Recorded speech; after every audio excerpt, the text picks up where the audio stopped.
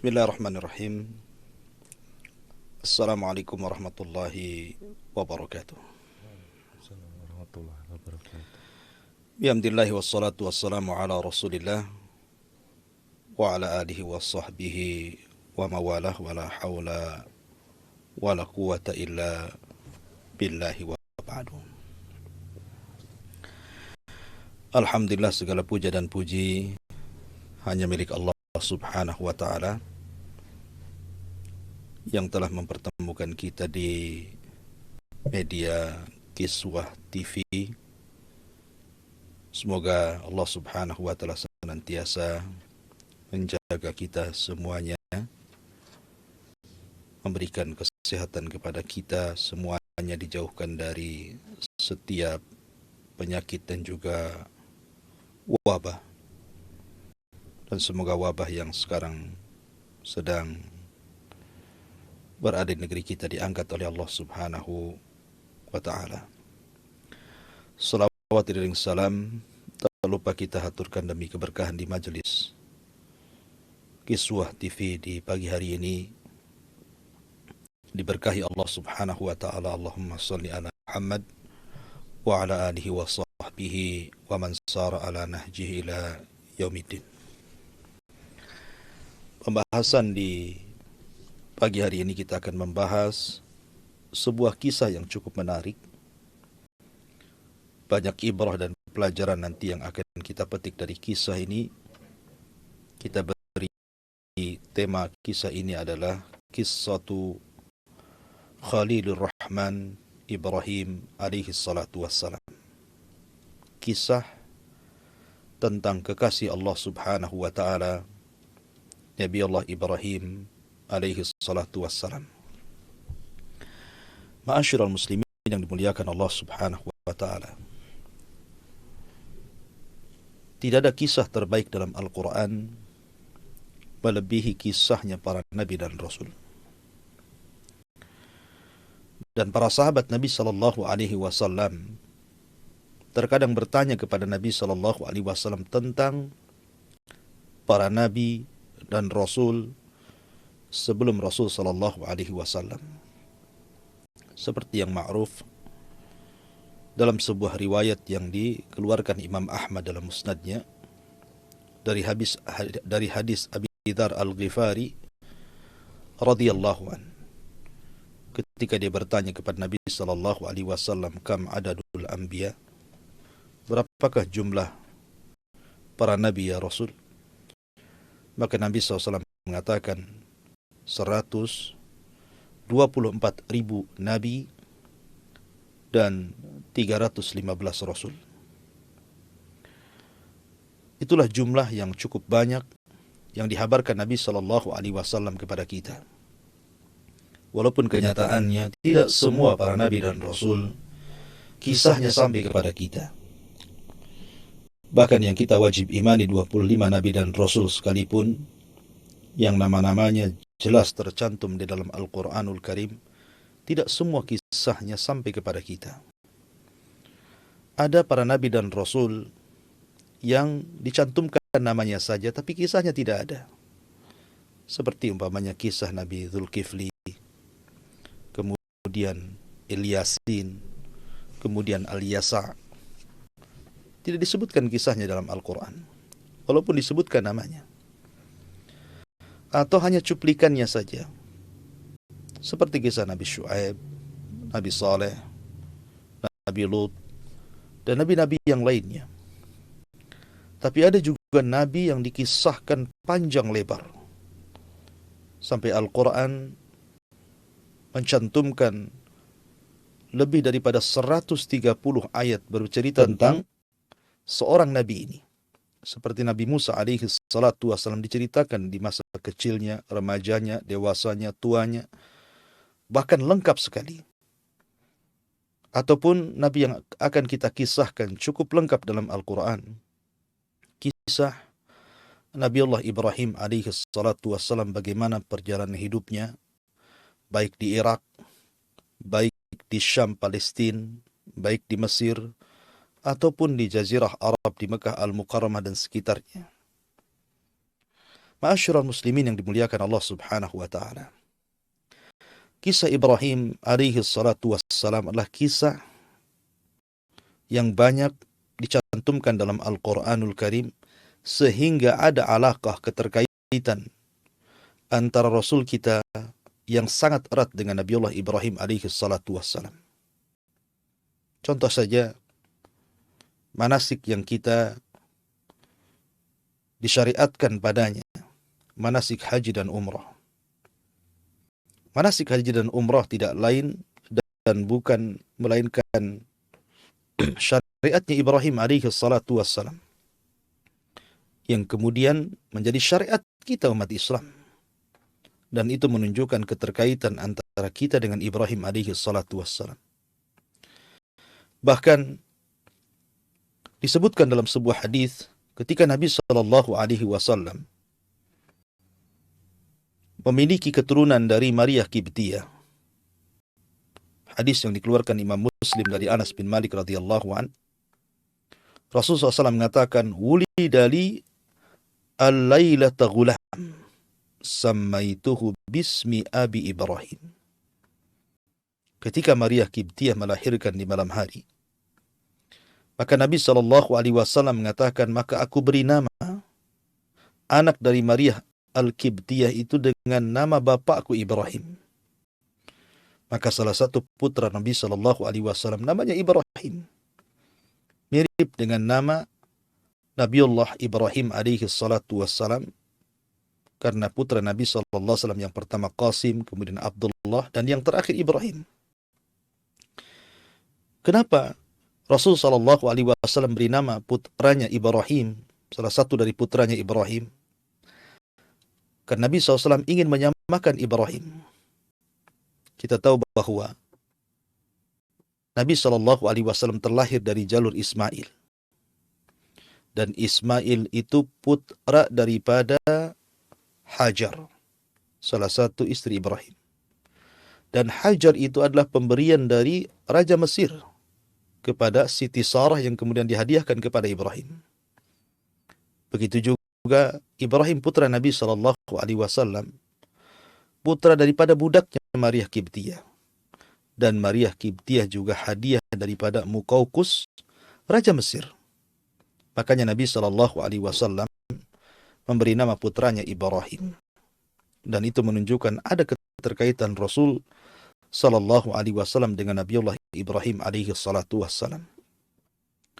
Bahkan ketika Nabi SAW diisrakan oleh Allah Subhanahu wa taala dan dimi'rajkan ke langit, maka Nabi SAW dipertemukan dengan Ibrahim pada langit ketujuh. Kemudian Nabi SAW mengatakan, "Wa ra'aitu Ibrahim salawatullah alaihi wasalamu fa idza aqrabu man ra'aitu bihi syabahan sahibukum ya'ni nafsahu wa ra'aitu Jibril alaihi salatu wassalam fa idza aqrabu man ra'aitu bihi syabahan dihyatul kalbi." Kata Nabi SAW dalam sebuah hadis yang dikeluarkan Imam Muslim, ketika aku melihat Nabiullah Ibrahim di langit ketujuh ketika peristiwa Mi'raj, maka aku lihat Ibrahim wajahnya sangat mirip dengan diriku. Maksudnya wajah Nabi SAW sangat mirip dengan Ibrahim alaihi salatu wassalam. Dan ketika aku melihat Jibril, maka aku melihat Jibril sangat mirip wajahnya dengan Dihyatul Kalbi, seorang sahabat yang paling tampan yang ada di kota Makkah kala itu. Artinya bahwa Ibrahim alaihi salatu wassalam dengan Nabi SAW ada kemiripan wajah. Ya, karena memang Nabi SAW turunan Ibrahim dari Ismail. Ma'asyiral muslimin yang dimuliakan Allah Azza wa Jalla. Bahkan Nabi SAW pernah melihat saat peristiwa Isra Mi'raj, Ibrahim alaihi salatu wassalam menyandarkan punggungnya ke Baitul Ma'mur. Tentu al-jaza'u min jinsil amal. Sebagaimana Ibrahim alaihi salatu wassalam sudah membangun Ka'bah di bumi, maka sebagai balasannya dia pun disandarkan punggungnya di Ka'bah para malaikat di Baitul Ma'mur, yang setiap hari masuk ke Baitul Ma'mur itu sab'una alfa malakin la ya'uduna ilaih. 70.000 malaikat yang tawaf di situ. Setiap harinya keluar, kemudian datang malaikat dengan jumlah yang sama, kemudian keluar lagi, kemudian datang malaikat dengan jumlah yang sama, dan begitu seterusnya. Wa ma ya'lamu junuda rabbika illahu. Tidak ada yang tahu jumlah para malaikat kecuali Allah Subhanahu wa ta'ala. Ma'asyiral muslimin yang dimuliakan Allah Azza wa Jalla. Nabi SAW juga menceritakan tentang keutamaan Ibrahim alaihi salatu wassalam dalam hadisnya. Kata Nabi SAW, Inna awwalal khalaik yuqsa yawmal qiyamah Ibrahim alaihi salatu wassalam. Sesungguhnya dari seluruh makhluk yang dibangkitkan Allah pada hari kiamat, yang pertama kali diberikan pakaian adalah Ibrahim. Ingat, Nabi SAW pernah mengatakan, yukhsarun nas yaumal qiyamah khufatan uratan ghurlan buhman. Jadi manusia akan dibangkitkan pada hari kiamat itu tanpa ada pakaian yang di badan, telanjang, kemudian tanpa beralas kaki, kembali tidak dikhitan, dan tidak membawa satupun harta di badan. Maka yang pertama kali diberikan pakaian pada hari kiamat, kata Nabi SAW, adalah Khalilur Rahman Ibrahim alaihi salatu wassalam. Ma'asyiral muslimin yang dimuliakan Allah Azza wa Jalla. Bahkan kita diberi nama kaum muslimin. Yang memberi nama kaum muslimin adalah Ibrahim alaihi salatu wassalam. Kalau umat dulu ada namanya Yahudi karena dinisbatkan kepada Yahuda. Kalau dulu ada namanya Masihiyin atau Nasrani karena disibatkan kepada Isa al-Masih. Tetapi kita kaum muslimin tidak dinisbatkan kepada Muhammadiyin. Tetapi kita disebut al-muslimun. Siapa yang beri nama al-muslimun kepada kita? Ibrahim alaihi salatu wassalam.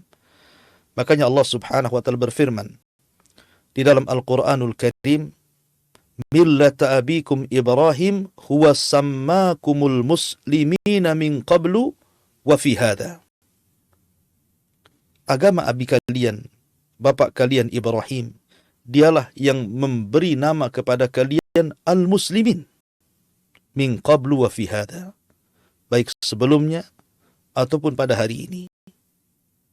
Maka penamaan kita kaum muslimin adalah penamaan yang diberikan bapak kita Ibrahim alaihi salatu wassalam. Karena kita beribadah kepada Allah karena ittiba, mengikut. Dan kita tidak pernah menuhankan Rasul sallallahu alaihi wasallam sebagaimana Yahudi menuhankan nabi mereka Uzair, ataupun sebagaimana orang-orang Masihiyin, orang-orang Nasrani menuhankan Isa bin Maryam. Kita betul-betul umat yang pasrah, yang menyerahkan diri kepada Allah Azza wa Jal. Makanya Ibrahim alaihi salatu wassalam beri nama kita dengan al-muslimun. Subhanallah. Ya. Bagaimana ada keterkaitan luar biasa antara Nabiullah Ibrahim dengan kita kaum muslimin. Nabi SAW menjelaskan tentang keistimewaan Ibrahim, di antaranya Ibrahim adalah orang yang pertama kali dikhitan. Ketika tidak ada manusia yang dikhitan sama sekali. Di usia beliau 80 sana. 80 tahun sebagaimana yang tertera dalam hadis Bukhari. Bahwa Ibrahim alaihi salatu wassalam di usia 80 tahun dikhitan. Artinya dia orang yang pertama kali dikhitan. Bahkan dia orang yang pertama kali mencukur kumis. Dan itu bagian daripada khamsun minal fitrah. 5 dari fitrah manusia adalah mencukur kumis. Dan Ibrahim alaihi salatu wassalam adalah awal manusia yang melihat di kepalanya ada uban. Dan itu pelajaran besar. Ya, bagaimanapun rambut yang putih adalah mengingatkan kepada kita agar kita berubah. bahwa kita semakin hari semakin bertambah usia. Dan Ibrahim orang yang pertama kali melihat hal itu. Kemudian juga Ibrahim alaihi salatu wassalam adalah orang yang mengajarkan kepada kita bagaimana ikramul dhaif, memuliakan tamu, karena dia orang yang pertama kali memuliakan tamu. Makanya disebut Abu Difan, bapaknya para tamu. Bahkan Ibrahim sendiri adalah Abul Anbiya wal Mursalin, bapaknya para nabi dan rasul. Ma'asyiral muslimin yang dimuliakan Allah Azza wa Jalla. Ketika Allah Subhanahu wa taala menurunkan Adam alaihi salatu wassalam dari sorga ke bumi. Kemudian dari pasangan Adam dan Hawa lahirlah keturunannya. Di antara keturunannya banyak yang menjadi nabi dan rasul. Di antaranya Syith alaihi salatu wassalam, kemudian Idris alaihi salatu wassalam, sampai kepada Nuh alaihi salatu wassalam. Sampai kemudian setelah Nuh lahir juga para nabi dan rasul. Salah satunya adalah Ibrahim alaihi salatu wassalam. Dan sepakat bahwa tidak ada nabi dan rasul yang lebih mulia, lebih utama melebihi Ibrahim alaihi salatu wassalam. Akan tetapi tentu Rasul kita jauh menjangkau keutamaan Ibrahim alaihi salatu wassalam. Artinya dibandingkan dengan para nabi dan rasul selain Nabi sallallahu alaihi wasallam, maka Ibrahim adalah afdalul anbiya, seutama-utama para nabi. Ibrahim alaihi salatu wassalam disebut Abul Anbiya, bapaknya para nabi. Karena Ibrahim alaihi salatu wassalam dikaruniai dua putra oleh Allah Azza wa Jal. Pertama Ismail dan yang kedua Ishak.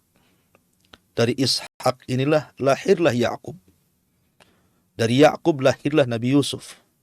Dan itu para nabi. Kemudian dari putra-putra Yakub yang lainnya lahirlah ribuan para nabi dari nabi-nabi Bani Israel. Dan Yakub disebut Israel.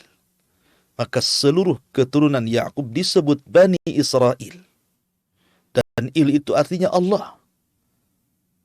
Israel itu artinya Abdullah. Sama dengan Jibril, Mikail, Israfil. Il itu artinya Allah. Karena nama-nama malaikat itu maknanya adalah hamba Allah, penolong Allah, ya, makhluk yang taat dengan Allah, dan begitu seterusnya. Ya. Maka Israel adalah hamba Allah. Itu nama lain daripada Yakub. Lah ketika keturunannya Bani Israel banyak oleh Allah Subhanahu wa taala diutus kepada mereka para nabi dan rasul, sampai ada satu kampung di zaman Bani Israel yang diutus kepada mereka 2 sampai 3 rasul, sebagaimana yang tertera dalam kisah dalam surah Yasin, menunjukkan bahwa Allah berikan karunia kepada Bani Israel, banyaknya diutus para nabi dan rasul kepada mereka. Walaupun kenyataannya orang-orang itu tidak bersyukur kepada Allah Subhanahu wa taala, yaqtulunal anbiya bighairil haq. Kebanyakan mereka membunuh para nabi tanpa sebab yang benar. Kemudian yang kedua dari jalur Ismail. Putra Ismail bukan nabi. Cucu Ismail bukan nabi. Cicit Ismail bukan nabi. Tetapi ketika kemudian di antara turunan Ismail sampai kepada Abdullah, putra daripada Abdul Muttalib, maka lahirlah Rasul kita Muhammad sallallahu alaihi wasallam yang dijadikan oleh Allah Azza wa Jal khatamul anbiya wal mursalin, sebagai penutup para nabi dan rasul. Adapun dari keturunan Ishak yang menutup nabi dan rasul adalah ketika lahirnya Maryam, kemudian lahirlah Isa bin Maryam.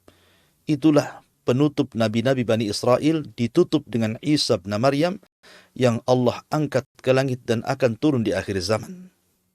Tetapi penutup para nabi dan rasul setelah Isa bin Maryam adalah dari jalur Ismail, Rasul kita Muhammad sallallahu alaihi wa ala alihi wasallam. Sebab itulah maka Ibrahim disebut Abul Anbiya, karena tidak ada satupun nabi dan rasul setelah Ibrahim kecuali nasabnya kembali kepada Ibrahim alaihi salatu wassalam. Ma'asyiral muslimin yang dimuliakan Allah Azza wa Jalla, kita bagi kisah ini menjadi 4 kisah. Karena Ibrahim itu hidup di 4 negara. Pertama, Irak. Ibrahim hidup di kerajaan Kaldaniun atau dikenal dengan Babil yang dibangun oleh Mahlayil. Kemudian yang kedua, Ibrahim hidup di Syam yang sekarang jantung kotanya disebut Palestina.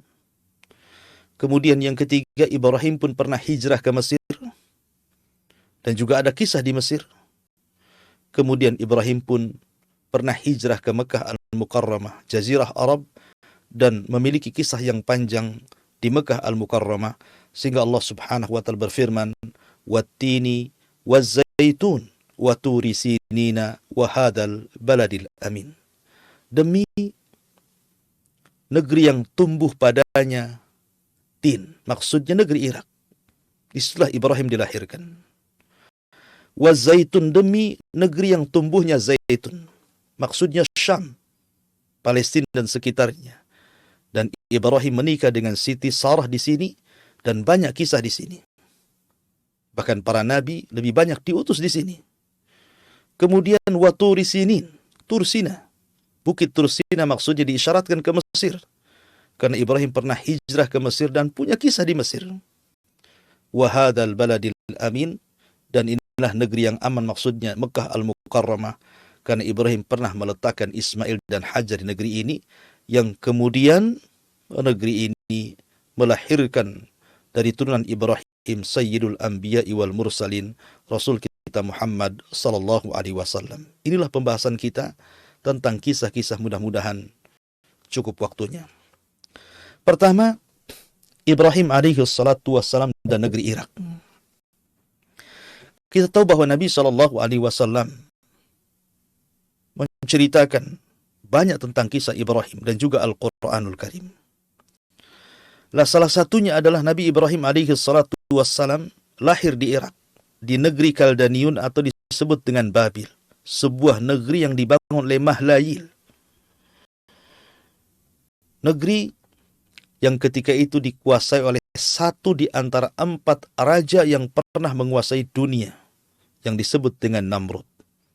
Karena ada 4 raja yang menguasai dunia, 2 beriman dan 2 kafir. Yang beriman Sulaiman dan juga Dzulqarnain, dan yang kafir Namrud dan Bukhtun Nasr.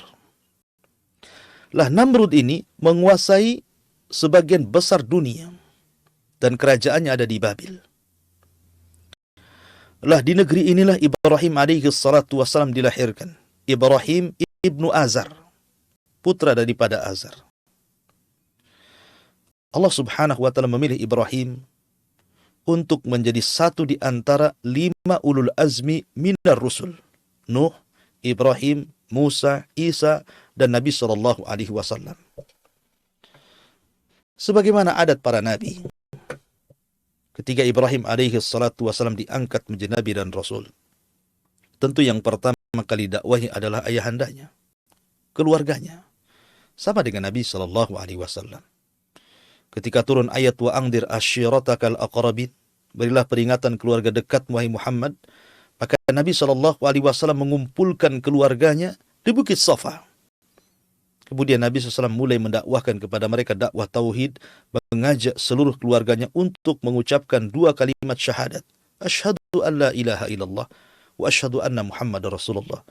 Walaupun ada yang menerima dan ada yang menolaknya, tapi itu konsekuensi dakwah. Makanya Allah Subhanahu wa taala mengatakan, ku anfusakum wa ahlikum nar. Jagalah diri kalian, dalam satu waktu juga keluarga kalian. Maka Ibrahim alaihi salatu wasallam disebutkan dalam surah Maryam, wadhkur fil kitabi Ibrahim innahu kana siddiqan nabiyya. Ceritakan ya Muhammad tentang kisah Ibrahim, sesungguhnya dia seorang yang siddiq, yang jujur, dan dia juga seorang nabi. Idh qala li abihi, ketika dia berkata kepada ayahnya, ya abati lima ta'bud ma la yasma yasma wa la yubsir wa la yughni anka syai'a. Ketika Ibrahim mengatakan kepada ayahnya, Azar, wahai ayahku. Lihat bagaimana Ibrahim alaihi salatu wassalam menghargai, memuliakan ayahnya. Memanggil dengan bahasa yang lembut, ya abati. Itu tidak mengambil ya Azar, namanya. Ya abati dengan panggilan yang lembut dan mengatakan, kenapa kau sembah Tuhan yang tidak mendengar, tidak pernah melihat, dan tidak memiliki sesuatu yang bisa memperkaya dirimu. Ya abati inni qad ja'ani minal ilmi ma lam ya'tik fattabi'ni ahdika siratan sawiyya. Wahai ayahku, telah datang kepadaku pengetahuan yang tidak datang kepadamu. Maka ikuti aku. Aku akan berikan kepadamu jalan yang jelas, jalan yang lurus, jalan yang akan menyelamatkan dirimu. Ya abati la ta'budi syaitan, inna syaitana kana lirrahmani isya. Jangan kau sembah syaitan, wahai ayahku, karena setan itu adalah penyesat yang bermaksiat kepada Allah Subhanahu wa taala. Teruslah Ibrahim menasihati ayahnya luar biasa. Walaupun kenyataannya ayahnya menolaknya, marah besar, mengancam Ibrahim dan mengatakan, "Araghibun anta an alihati ya Ibrahim?" Ibrahim, kenapa kau benci kali dengan Tuhanku dan Tuhan yang disembah orang-orang Babil? La illam tantahi la arjumannaka wahjurni maliya. Kalau engkau tidak berhenti terus bicara tentang dakwah tauhid, maka aku akan rajam kamu dan aku akan usir kamu. Tapi Ibrahim alaihi salatu wassalam menjawab dengan kelembutan dan mengatakan, salamun alaika sa'astaghfiru laka rabbi innahu kana bi khafiyya. Kata Ibrahim, mudah-mudahan Allah berikan keselamatan kepada engkau wahai ayahku, dan aku akan berusaha memintakan ampun akan dosa-dosamu kepada Allah Azza wa Jalla. Jadi langkah yang pertama dilakukan Ibrahim adalah berusaha untuk menyebarkan hidayah tauhid di keluarganya, terutama ayahnya sendiri. Walaupun Allah Subhanahu wa taala takdirkan Azar tidak masuk dalam Islam. Azar tidak masuk ke dalam agama Ibrahim alaihi salatu wassalam. Ketika dia sudah tidak bisa lagi menasihati ayahnya, mulailah dia datang kepada kaumnya, kepada kaum Babil Kaldaniyun. Dan Allah katakan dalam surah Al-An'am, wa idh qala Ibrahimu li abihi Azar atattakhidu asnaman alihatan inni araka wa qaumaka fi dhalalim mubin. Ketika Ibrahim berkata kepada ayahnya Azar, kenapa kau mengambil asnam, berhala-berhala itu sebagai Tuhan? Aku lihat engkau dan juga kaummu berada di atas kesesatan yang nyata. Maka Ibrahim ketika masa remaja, dia mulai membuat tashkik, keraguan-raguan di kaumnya.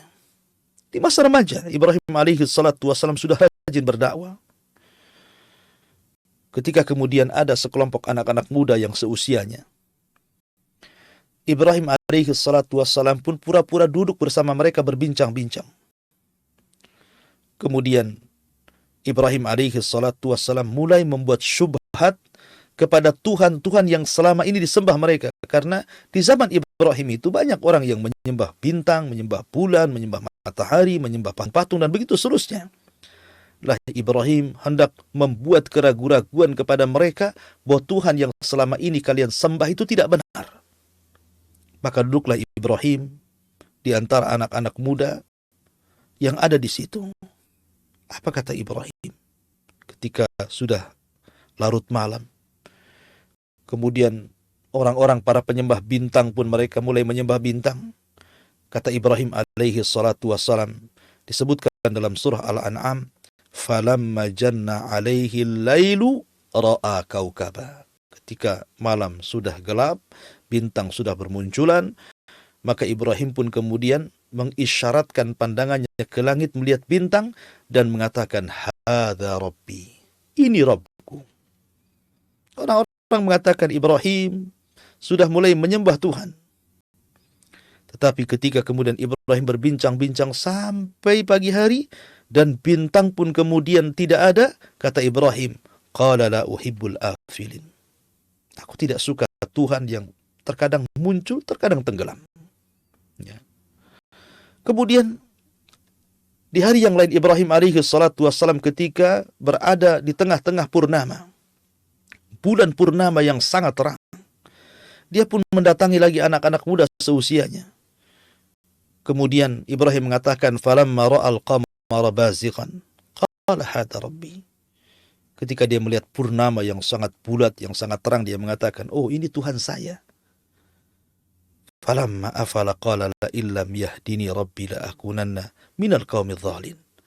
Tapi ketika bulan kemudian keesokan harinya tiba-tiba hilang, maka Ibrahim mengatakan di hadapan kaumnya, kalau Allah tidak memberikan hidayah kepadaku, tentu aku termasuk orang-orang yang sesat. Lah di pagi harinya muncul matahari. Maka Ibrahim ketika ra'a syamsa bazighatan, memiliki cahaya yang lebih terang dibandingkan bulan dan bintang, Ibrahim mengatakan, hadza rabbi. Oh, boleh jadi ini Tuhan yang benar nih. Bintang sudah enggak benar, muncul tenggelam, bulan sudah enggak benar, pergi dan datang. Oh, mungkin boleh jadi ini matahari Tuhan saya. Dia mengatakan, hadza rabbi, ini Tuhan saya. Kenapa? Hadza akbar, ini lebih besar daripada bulan dan bintang. Falamma afalat. Ketika di sore hari, matahari pun pergi. Matahari pun tenggelam. Maka Ibrahim menyeru kaumnya, ya qaumi inni bari'um mimma tusyrikun.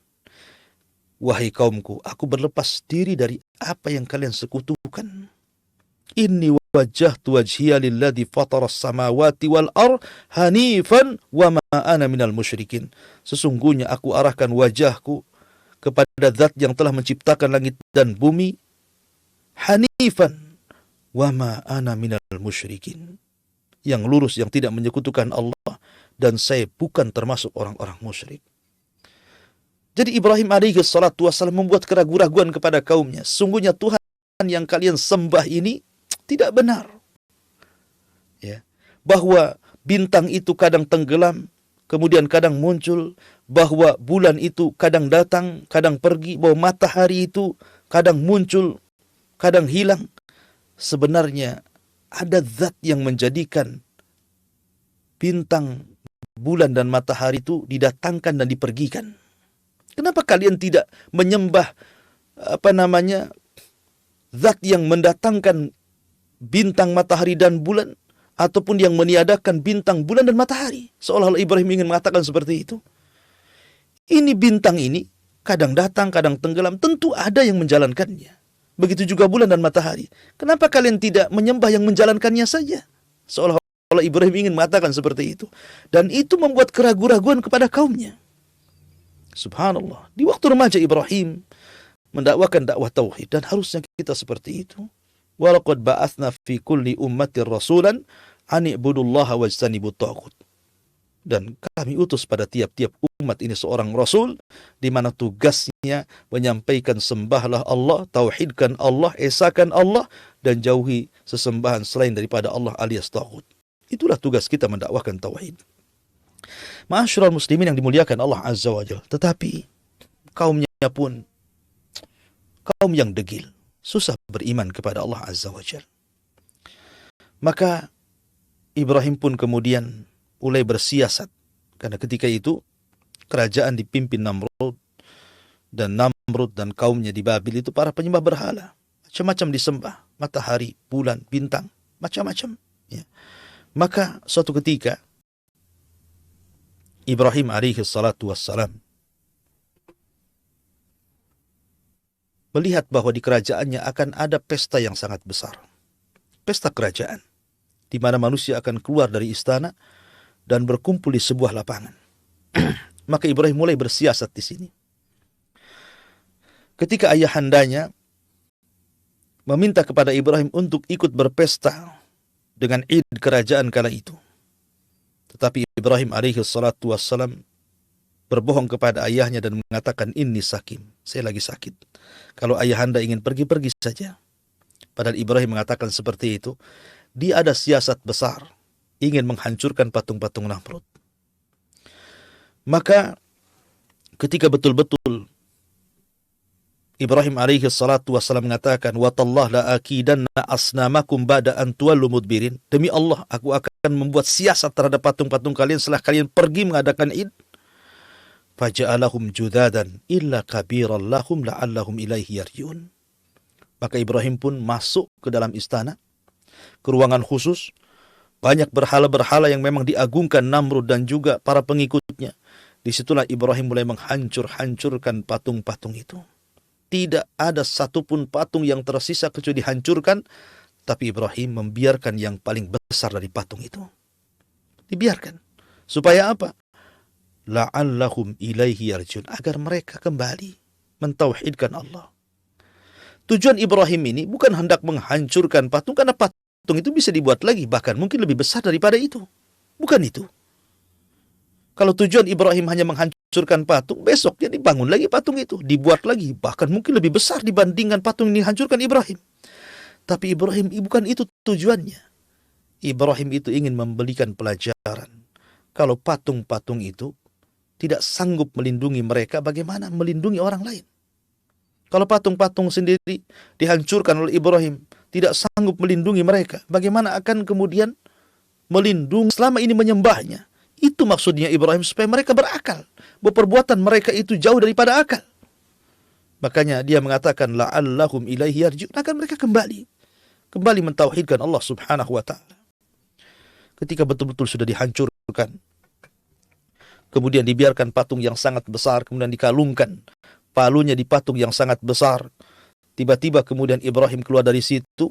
Setelah pesta berakhir, Namrud pun murka dan mengatakan, siapa yang menghancurkan patung-patung ini? Dikirimlah jasus mata-mata. Akhirnya kemudian mereka mendengar bahwa ada anak muda, sami'na fatan yadhkuruhum yuqalu lahu Ibrahim. Oh, ada anak muda yang menghancurkan patung itu, konon namanya Ibrahim. Maka Namrud mengatakan, cari dan tangkap Ibrahim. Cari dan tangkap Ibrahim. Man fa'ala hadza bi alihatina, siapa yang telah melakukan hal ini dengan berhala-berhala kami? Innahu laminadh zalimin, ini orang zalim ini. Tangkap Ibrahim. Ditangkaplah Ibrahim. Kemudian qalu fa'tu bihi ala a'yunin nas la'allahum yashhadun. Setelah tertangkap Ibrahim, maka para pembesar Fir'aun mengatakan, datangkan manusia, kumpulkan manusia, biar mata-mata manusia tahu siapa yang menghancurkan berhala dan Tuhan mereka. Maka berkumpullah manusia, didatangkanlah Ibrahim. Semua mata terbelalak, oh ini rupanya yang menghancurkan patung itu. Mulailah kemudian para pembesar Namrud ini menginterogasi Ibrahim dan mengatakan, a'anta fa'alta hadha bi alihatina ya Ibrahim. Ibrahim, apakah engkau yang melakukan ini kepada Tuhan-Tuhan kami? Maka Ibrahim alaihi salatu wassalam mengatakan, bal fa'alahu kabiruhum hada fas'aluhum in kanu yantiqun. Lihat, Ibrahim ingin pura-pura tidak berdusta. Ya, dia menunjuk patung yang sangat besar dengan jempolnya. Jadi seolah-olah mungkin bahasa kita, ini patung yang ini, pakai jempolnya. Ya. Ibrahim ingin mengatakan bahwa kalau Anda memegang palu dan Anda tidak punya jempol tangan, tentu Anda tidak akan kuat memegang palu itu. Tapi ketika ada jempol dalam tangan kita, kemudian kita pegang palu, maka palu itu akan keras kita pegang, akan kuat kita pegang. Seolah-olah Ibrahim ingin mengatakan, sebenarnya yang melakukan menghancurkan patung-patung itu adalah jempolku ini. Itu maksudnya Ibrahim. Ya. Tetapi tidak disebut. Dia ingin tawari, dia ingin menutupi kebohongannya dan mengatakan, bal fa'alahu kabiruhum hadha. Yang melakukan, yang menghancur-hancurkan patung-patung kecil itu maksudnya yang besar ini. Nah, Ibrahim sambil menunjukkan jempolnya, maksudnya jempol saya. Dan orang-orang menyangkanya Ibrahim menunjuk kepada patung itu. Supaya Ibrahim lepas dari dusta maksudnya. Tetapi mereka pun ketika Ibrahim mengatakan fas'aluhum in kanu yantikun, kalau enggak percaya tanya saja kalau mereka bisa bicara.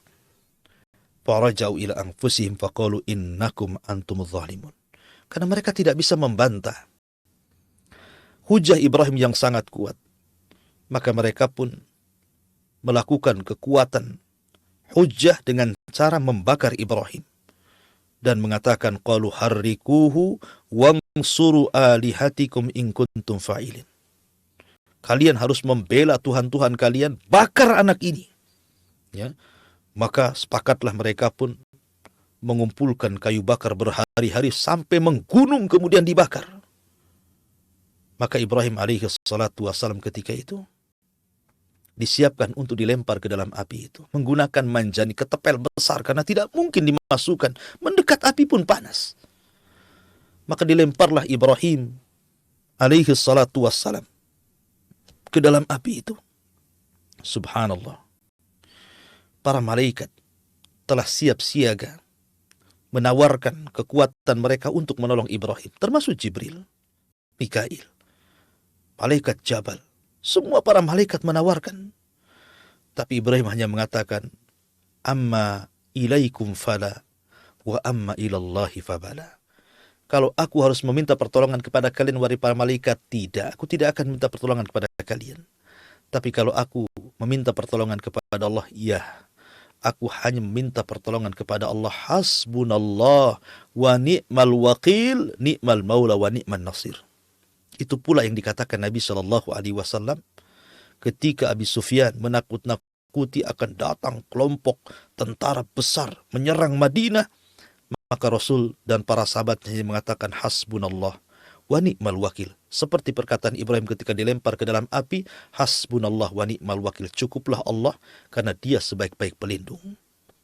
Maka Ibrahim pun kemudian dilempar ke dalam api. Ketika dia mengatakan hasbunallah wa ni'mal wakil, maka pertolongan Allah sekejap saja datang kepada Ibrahim. Kemudian dikatakan, ya naru kuni bardan wassalaman ala Ibrahim. Ya naru kuni bardan wassalaman ala Ibrahim. Wahai api, jadilah dingin kalian dan selamatkan Ibrahim. Kalau seandainya Allah hanya mengatakan, wahai api, dinginlah kalian, tentu Ibrahim tidak akan selamat. Karena bagaimanapun, panas ataupun dingin bisa membuat orang mati. Tetapi ketika Allah mengatakan wassalaman ala Ibrahim, dan selamatkan Ibrahim, dan api ini dingin khusus kepada Ibrahim, sehingga api tetap panas pada hari ini. Kalau seandainya Allah mengatakan jadilah api sampai kiamat, tentu api akan dingin. Macam mana Anda akan memasak gitu kalau api dingin gitu? Tapi rupanya api dingin ini hanya untuk Ibrahim dan keselamatan Ibrahim alaihi salatu wassalam dari kobaran api itu. Subhanallah. Bagaimana Allah subhanahu wa ta'ala memberikan mukjizat kepada Ibrahim. Ibrahim kebal bakar. Dan itu mukjizat, bukan memakai jimat. Ya. Bahkan dalam sebuah riwayat ada binatang yang disebut dengan wazak. Wazak itu semacam cicak ataupun tokek begitu ya. Nabi SAW pernah mengatakan dalam sebuah hadis dari Ummu Shuraik yang dikeluarkan Imam Bukhari, di mana Nabi SAW bersabda bahwa Nabi itu amara biqatlil wazak, ya, memerintahkan untuk membunuh tokek ataupun cicak begitu ya. Kenapa alasannya? Kana yanfuh ala Ibrahim alaihi salatu wassalam. Ketika seluruh binatang berusaha memadamkan api yang menyala-nyala itu, tiba-tiba datang pula tokek itu, malah meniup-niup supaya api itu besar. Maka dari situ Nabi SAW memberikan pahala siapapun yang membunuh tokek, membunuh wazak. Anehnya di zaman sekarang tokek pula dirawat-rawat, harganya sampai ratusan juta. Dia tidak paham bahwa ini binatang harus dibunuh, yang sudah mencelakakan Ibrahim alaihi salatu wassalam. Ya.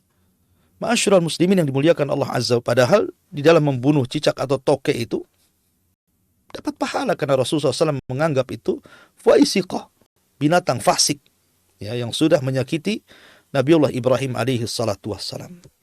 Maka Ibrahim pun kemudian diselamatkan Allah subhanahu wa ta'ala. 3 hari berada dalam api itu, tapi Allah melindunginya. Sampai api pun hilang, tinggal abunya. Tiba-tiba Ibrahim itu pun tidak menjadikan orang-orang Babil beriman kepada Ibrahim. Subhanallah. Bahkan suatu ketika Ibrahim alaihi salatu wassalam betul-betul didatangkan kepada Raja Namrud. Didatangkan kepada Raja Namrud, kemudian diajak berdebat soal ketuhanan. Soal ketuhanan. Tetapi Namrud mengatakan, ini uhyi wa umit. Katanya, saya bisa menghidupkan dan mematikan. Saya bisa menghidupkan dan mematikan. Dengan cara apa? Mendatangkan dua tawanan, yang satu dibunuh dan yang satu diselamatkan. Kata Namrud, lihat, ana uhyi wa umit. Saya bisa menghidupkan dan matikan. Yang satu saya matikan, yang satu saya hidupkan. Tapi Ibrahim memiliki hujah yang kuat. Walaupun dia mengatakan bahwa Rabbnya bisa menghidupkan, matikan, maka Namrud berusaha untuk mendebat seperti itu. Tapi Ibrahim punya hujah lebih kuat daripada itu dan mengatakan, sesungguhnya Rabbku ya'ti bisyamsi minal masyriq fa'ti biha minal maghrib. Namrud, kau bisa menghidupkan, matikan, oke. Tapi sekarang Rabbku, dia menerbitkan matahari dari arah timur. Kau terbitkan dari barat sekarang. Fabihital ladzi kafar. Orang kafir tidak bisa membantah Ibrahim. Makanya Allah memuji kecerdasan Ibrahim di dalam Al-Quranul Karim. Bagaimana perdebatan dia dengan Namrud. Tapi dari sini, ma'asyiral muslimin, kisah Ibrahim di Irak ini memang cukup panjang. Dan dakwahnya memang susah untuk berkembang. Persis seperti Nabi SAW. 13 tahun di kota Mekah. Tidak berkembang. Banyak dimusuhi orang. Ditekan, difitnah, dibuli, diancam, bahkan hendak dilakukan pembunuhan. Dan juga pemenjaraan kepada Nabi SAW. Itu pula yang dirasakan kakek Rasul SAW, Ibrahim alaihissalam, ketika di Irak. Dari situlah dia akhirnya hijrah dari Irak ke Palestina. Bagaimana kisah Ibrahim di Palestina? Bagaimana kisah Ibrahim di Mesir? Bagaimana kisah Ibrahim di Mekah? Tentu ini kisah yang cukup panjang, tidak mungkin dikisahkan dalam satu waktu. InsyaAllah kita akan bersambung kisah ini pada minggu depan. Mudah-mudahan ada manfaatnya. Sebelum saya tutup, saya kembalikan kepada moderator. Mungkin di antara para pemirsa yang ingin bertanya, silahkan. Falyatafaddal mashkura. Jazakallah khairan Ustaz atas materi yang telah disampaikan.